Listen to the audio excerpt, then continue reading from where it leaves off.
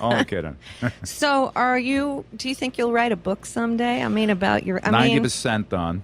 It will be real. It won't be exaggerated like a lot of the other Ramone books or family member books. The only book that I recommend at this point is Jim Bestman's. That's the first one. The Ramones were an American band. We were still, all three of the other Ramones were still alive, so they were able to contribute and they were able to read it and say A-OK.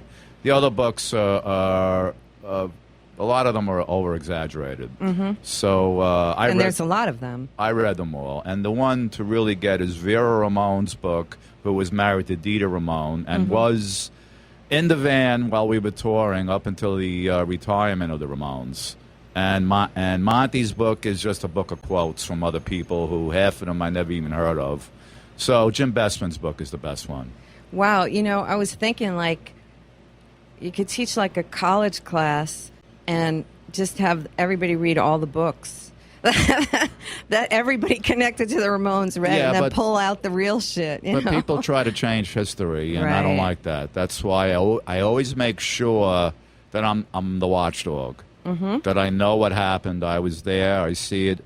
And also Tommy, the first 3 years he was there, he makes sure that things are accurate, too. You know what I mean? Right. Drummer has to keep time. Definitely. That's why I had 20 watches. But I'm not sure that everybody knows that you also played with Richard Hell. Great album.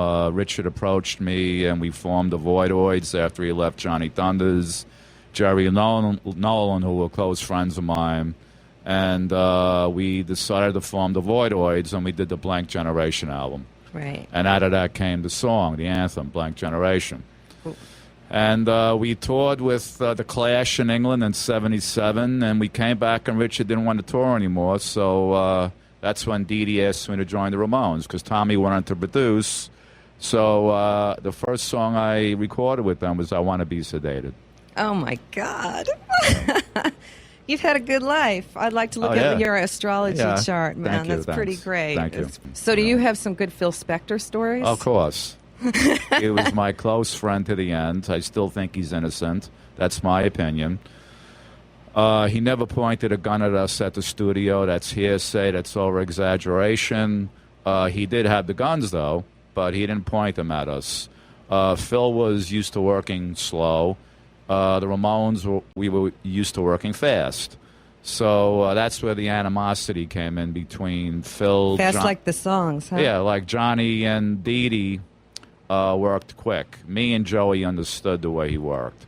So that was the whole thing. So you don't tell Phil Spector how to produce. So there was animosity in the studios, but the end result was pretty good on that album. Pretty good? Yeah, pretty good. Now it's better than ever. But you had great songs: Rock and Roll High School, Rock and Roll Radio, Danny Says. So, it's a Phil Spector production. And before I let you go, tell me where people can buy the sauce. Just go to iTunes. No, not the song, the sauce. Oh.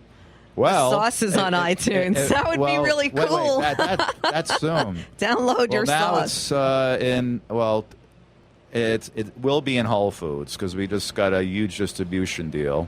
It's a DBGB's in New York off Broadway in, was it Houston over there? Uh-huh. And you can get it on MarkyRamone.com, and it's just growing and growing and growing. And there's an old saying, sometimes you get what you pray for. You know what I mean? So it is a creative thing, and I'm very happy that 10% goes to autism. And that's it. And I'm going to keep adding to the line just so I can add more money to different charities. Yeah, it's so good. And you get your quinoa pasta. It's gluten-free. It rocks. And you could eat it with pretzels, potato chips. You could eat it cold. With a spoon out of the jar is what I did. And then I didn't really have enough left for my pasta. and that's the story.